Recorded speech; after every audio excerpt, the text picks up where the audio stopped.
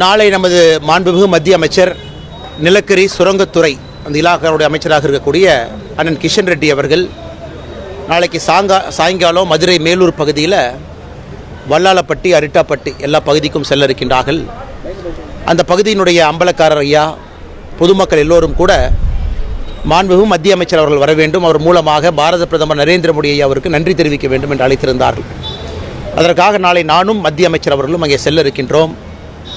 காரணம், இந்தியாவிற்கே ஒரு எடுத்துக்காட்டாக மத்திய அரசு எப்படி இந்த பிரச்சனையை கையாண்டிருக்கிறாங்க. மாநில அரசு தவறு செய்த பொழுதும் கூட மாநில அரசு சரியான தகவல்கள் கொடுக்காம இந்த டங்ஸ்டன் சுரங்கம் ஏலம் வருவதற்கு காரணமாக இருந்தும் கூட மக்களுடைய கோரிக்கை ஏற்று மத்திய அரசு அதை கேன்சல் பண்ணாங்க. இதை பல அரசியல் கட்சி தலைவர்கள் அரசியலாய் கொண்டிருக்கின்றார்கள். அதாவது இன்றைக்கி முதலமைச்சர் அவங்க சொல்கிறாங்க, திரு மு.க. ஸ்டாலின் அவர்கள், நான் சட்டப்பேரவையில் தீர்மானம் போட்டதுனால தான் அது நடந்ததுன்னா சட்டப்பேரவையில் எத்தனை தீர்மானம் போட்டிருக்கீங்க, எல்லாம் நடந்திருக்கா? இல்லை முதலமைச்சர் மு.க. ஸ்டாலின் அவங்க சொல்கிறாங்க, நான் கடிதம் எழுதுனால தான் நடந்திருக்கேன், எத்தனை கடிதம் எழுதியிருக்கீங்க, அதன் மூலமாக நடந்துதான்? அதனால் எல்லோருக்குமே தெரியும், அரிட்டாப்பட்டி வல்லாளப்பட்டி இந்த பகுதியில் இந்த டங்ஸ்டன் சுரங்கம் அமைப்பதற்கு மத்திய அரசு அனுமதி கொடுக்கவில்லை, அதை கேன்சல் பண்ணியிருக்கிறாங்கன்னா முழு முதல் காரணம், ஒரே காரணம் பாரத பிரதமர் நரேந்திர மோடி அவர்கள் மட்டும்தான். நாளை மக்களை சந்திக்க இருக்கின்றோம். பத்திரிகை நண்பர்கள் மூலமாக இந்த செய்தியை கூட தமிழக மக்களுக்கு தெரியப்படுத்துகின்றோம். அதே நேரத்தில் உங்களுக்கு கேள்வி இருக்கும், கேளுங்கன்னா பதில் சொல்கிறோம். அது நெஞ்சை பதவிதைக்கக்கூடிய காட்சிகள். காரணம், நானும் அங்கே அந்த பகுதியில் தான் வசிக்கிறேங்கன்னா. ஈசிஆர் பகுதியில் எப்பொழுதுமே உங்களுக்கு அதிகமாக இளைஞர்கள் பெண்கள் எல்லோரும் கூட சாயங்காலம் நள்ளிரவு அந்த நேரத்தில் அதிகமானவர்கள் அந்த பகுதியில் போகிறாங்க, பாண்டிச்சேரிக்கு போகிறாங்க. அந்த பகுதியில் நிறைய ரெஸ்டோ பார்ஸ் இருக்குது. அவங்களுக்கு ஒரு சோஷியல் லைஃப் வேணும்னு நினைக்கிறாங்க. ஆனால் எப்பொழுதுமே ஈசிஆர் பகுதியில் நானும் பார்த்தது, சரியான பாதுகாப்பு எப்பொழுதுமே அங்கே இருக்காது. காலையில் அதிகாலையில் நள்ளிரவில் பல நேரத்தில் போகும்பொழுது நானே யோசிப்பேன், எனக்கு திமுக கட்சியினுடைய கொடி போட்ட ஒரு காரில் அந்த பெண்ணுக்கிட்ட மிக மோசமாக நடந்து கொள்ளக்கூடிய அந்த வீடியோ, அந்த பதிவாகி இருக்கக்கூடிய அந்த வீடியோவை நம்ம பார்க்குறோம். தமிழ்நாட்டில் எந்த அளவுக்கு சட்டம் ஒழுங்கு சீர்கட்டு இருக்கிறது என்பதற்கு பல உதாரணங்கள் இருந்தும் தினமும் கூட ஒரு உதாரணம் புதுசு புதுசாக வருது. இன்றைக்கி ஈசிஆரில் சுதந்திரமாக ஒரு நாட்டில் மகாத்மா காந்தி அவங்க எப்போ சொன்னாங்க, ஒரு பெண் நள்ளிரவில் சுதந்திரமாக என்றைக்கு நடந்து போகிறாங்களோ அன்னைக்கு முழு சுதந்திரம் கிடைத்து விட்டதாக சொன்னாங்க. இந்தியா முழுவதும் முழு சுதந்திரம் கிடைத்ததாக நான் பார்க்கின்றேன். தமிழகத்திற்கு முழு சுதந்திரம் கிடைக்கல. ஏன்னா நள்ளிரவில் பெண்கள் போனால் பிரச்சனை, பகலில் போனால் பிரச்சனை. அண்ணா பல்கலைக்கழக வளாகத்திற்குள்ளே அங்கே படிக்கக்கூடிய பெண் 7:45 மணிக்கு சாயந்தரம் நடந்து போனால் பிரச்சனை. இது இரவு மட்டுமல்ல, பகல் மட்டுமல்ல, எல்லா நேரத்திலும் கூட தமிழகத்தில் பெண்களுக்கு பாதுகாப்பு இல்லை என்பது தினமும் ஊர்ஜிதமாக கொண்டிருக்கிறது. நேற்று ஈசிஆர் சாலையில் வந்திருப்பது மற்றும் ஒரு உதாரணம். அது உடனடியாக மாநில அரசு 2 வேலை தான் செய்யணும். ஒன்று, பெட்ரோல் வெஹிக்கிள் நிறைய வாங்கி கொடுங்க. காவல்துறை நண்பர்களுக்கு பெட்ரோல் வெஹிக்கிள் வாங்கி கொடுங்க. லைட்டு போட்ட வண்டி 1000-2000 வண்டி வாங்கி கொடுங்க, நைட்டு ரோந்து போகட்டும். 2வது, 2 வீலர்ஸ் வாங்கி கொடுங்க. அதுவும் பெட்ரோல் வெஹிக்கிள், எல்லா பீட் கான்ஸ்டபிள் 2 வீலர் எல்லா பக்கம் போகணும். 3வது, காவல்துறை போலீஸ் ஸ்டேஷன் அதிகப்படுத்த வேண்டும் என்றால் தயவு செஞ்சு அதிகப்படுத்துங்க.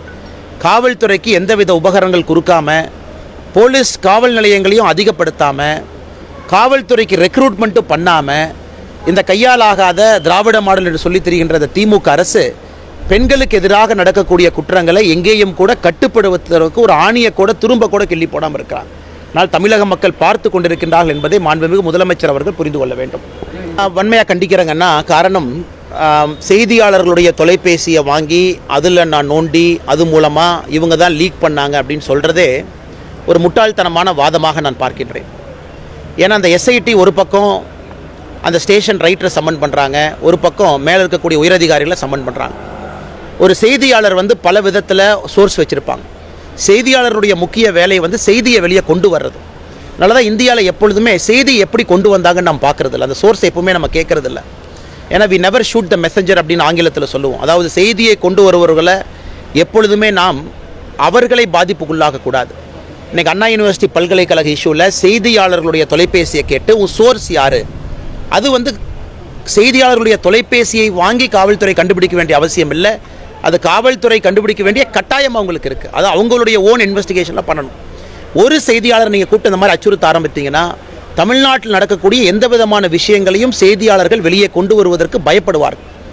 முறை சரியாக தப்பான்னு எப்பவுமே நம்ம மீன் சென்ஸை பற்றி செய்தியாளருக்கு பார்த்தது இல்லைன்னா.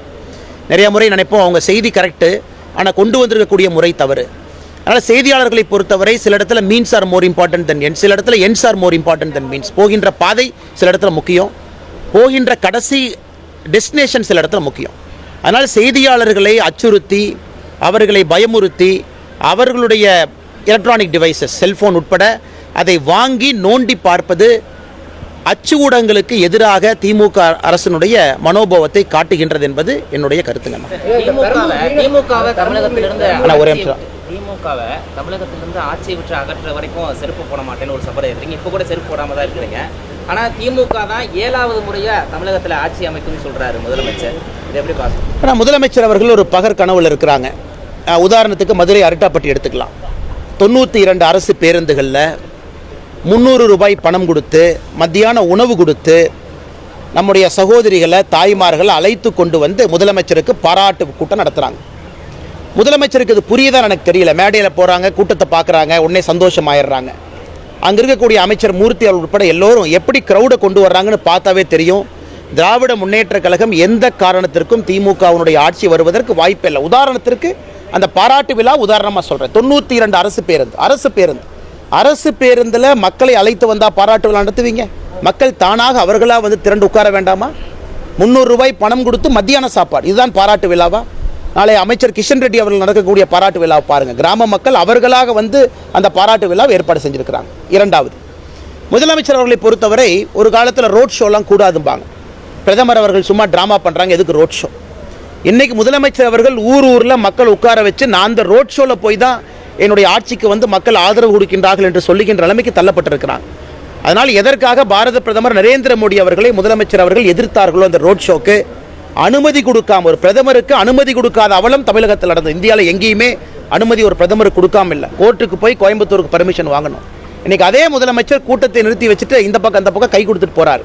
கேட்டால் மக்கள் அவர்களாகவே தானாக வந்து என்னை பார்க்குறாங்க, இந்த ஆட்சி அவ்வளோ அருமையாக இருக்குது, 2026 ஆட்சிக்கு வரப்போகிறோம். ஆனால் வெறும் நாடக கம்பெனியை போல தான் திமுகவினுடைய ஆட்சி நடக்கிறது. எந்த காரணத்திற்கும் அவர்கள் ஆட்சிக்கு திரும்ப வருவதற்கான சாத்தியக்கூறுகள் எங்கேயும் இல்லை என்பது என்னுடைய கருத்து மட்டுமல்ல, தமிழக மக்களுடைய பொதுவான கருத்து.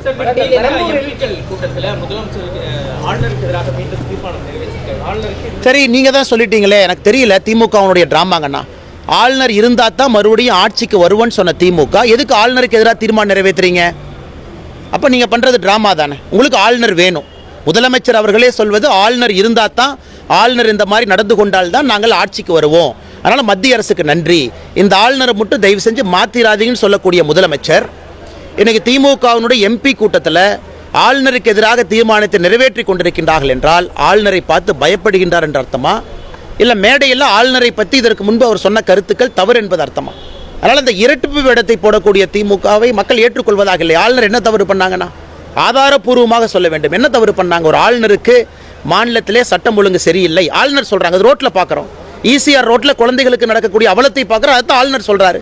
போதைப் பொருட்கள் அதிகமாக இருக்குன்னு சொல்கிறாங்க. இன்றைக்கு காலையில் ஏசர் ரிப்போர்ட் எல்லா பத்திரிகையிலையும் தலைப்புச் செய்தி தமிழகத்தினுடைய கல்வி தரத்தை பற்றி ஏசர் அந்த நிறுவனம் கொடுத்துருக்கக்கூடிய ரிப்போர்ட்டை நீங்கள் எல்லாரும் ஃபர்ஸ்ட் பேஜில் போட்டிருக்கீங்க. அதைத்தான் ஆளுநர் 25 ஜனவரி சொன்னார். தமிழகத்திலே கல்வித்தரம் கீழே வந்திருக்குன்னு. ஆளுநர் சொல்வது என்ன தப்புங்கண்ணா? அதனால் ஆளுநர் சொல்வதற்கு புள்ளி விவர அடிப்படையில் பதில் சொல்லிப்படாது. அதனால் வெறும் அரசியல் கோழைகள் தான் போஸ்ட் ஒட்டுவாங்க, அரசியல் கோழைகள் தான் தனிப்பட்ட தாக்குதல் நடத்துவாங்க. அதனால் இன்றைக்கி திராவிட முன்னேற்ற கழகத்தினுடைய முழு அமைச்சரவை, முதலமைச்சர் உட்பட இவர்கள் செய்வதெல்லாம் கோழைத்தனமான செயல். நேரடியாக ஆளுநரை எதிர்கொள்வதற்கு தரவுகள் அடிப்படையில் பதில் சொல்லுங்கள்.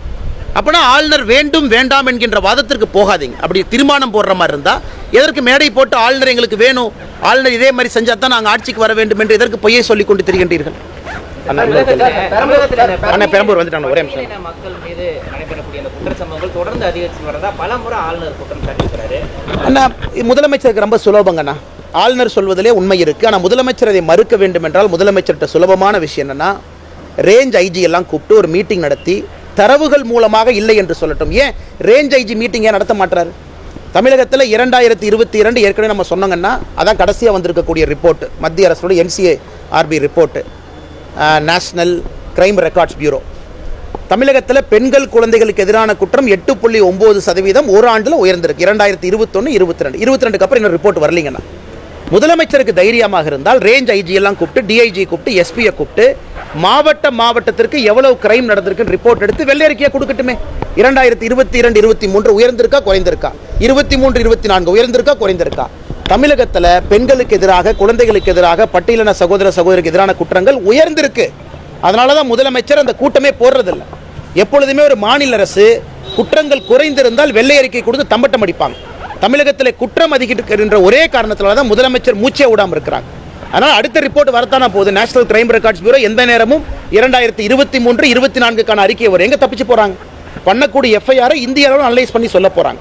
அதனால் தமிழகத்தில் பெண்களுக்கு, குழந்தைகளுக்கு எதிராக, பட்டியலின சகோதர சகோதரிகளுக்கு எதிரான குற்றங்கள் அதிகமாக இருப்பது உண்மை. அதுக்கு தரவுகள் அடிப்படையில் முதலமைச்சர் பதில் சொல்ல வேண்டும் என்பதுதான் எங்களுடைய எண்ணங்கண்ணா.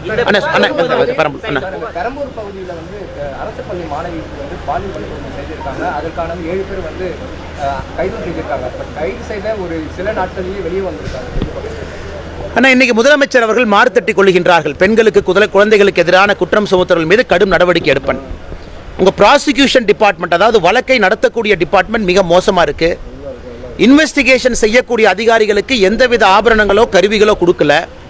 அப்படி இருக்கும் பொழுது எப்படி அவங்க ஒழுக்கமாக சார்ஜ் ஷீட் போட்டு கோர்ட்டில் அந்த கேஸை நடத்தி தண்டனை வாங்கி கொடுப்பாங்க? அதனால் போலீஸ் என்பது முன்னால் இருக்கக்கூடிய பிம்பம் மட்டும்தான். போலீஸுக்கு பின்னாடி இந்த வழக்கை நடத்தக்கூடிய ப்ராசிக்யூஷன் டிபார்ட்மெண்ட், போலீஸுக்கு பின்னால் இந்த வழக்கை வந்து முறையாக விசாரித்து சார்ஜ் ஷீட் செய்யக்கூடிய அதிகாரிகள், இவங்களுக்கு எங்கேயுமே தமிழ்நாட்டில் கவனம் இல்லைங்கண்ணா. இன்வெஸ்டிகேஷனுக்கு முக்கியத்துவம் இல்லை. அதனால தான் எல்லாரும் உள்ளே போகிறாங்க, 14 நாளில் வெளியே வர்றாங்க. வெளியே வந்தவன் மறுபடியும் குற்றம் செய்கிறான். உதாரணத்துக்கு ஞானசேகரன் 2014 தொடர்ச்சியாக குற்றம் செய்கிறவன் 2024 ஒரு பெரிய குற்றம் செய்கிறான். காரணம், பிடிச்சி உள்ளே போட்டாலும் 14 நாள். நேற்று நான் பார்த்தேன், டிவியில் போட்டிருந்தீங்களே, ஞானசேகரன் போலீஸ் வெஹிக்கிளில் போகும்போது ஒரு சின்ன செல்ஃபோனில் பேசுறது, அது டிஐபிஆர்லேருந்து கூப்பிட்டு எங்களுக்கு எவ்வளோ ப்ரெஷர் போட்டு அந்த வீடியோவை எடுக்க சொன்னாங்க. அது எனக்கு தெரியும். அதனால் போலீஸ் காரில் போகிற ஞானசேகரன் கைக்கு செல்ஃபோன் வருது. அந்த லட்சணத்தில் இவங்க வழக்கை நடத்திக்கிட்டு இருக்காங்க. இதை யாராச்சும் கேட்டால் உடனே அறிக்கை கொடுத்து உங்கள் மேலே கேஸை போடுவேன், வழக்கை திசை திருப்புறீங்க, நீங்கள் வந்து தேவையில்லாத விஷயத்தை பேக்குறீங்க. எத்தனை நாளைக்கு மிரட்டி இன்னைக்கு ஊடக நண்பர்களையும் மிரட்டும் அளவுக்கு திமுகவினுடைய ஆட்சி வந்திருக்கு. அதுதான் அந்த அவலத்தினுடைய உச்சமாக நான் பார்க்கின்றேன். மத்திய உள்துறை அமைச்சர் அமித்ஷா நாளை மறுநாள் மத்திய உள்துறை அமைச்சர் அமித்ஷாஜி அவர்கள் வருகின்றார்கள். இது ஒரு தனியார் ஒரு திருமணம்.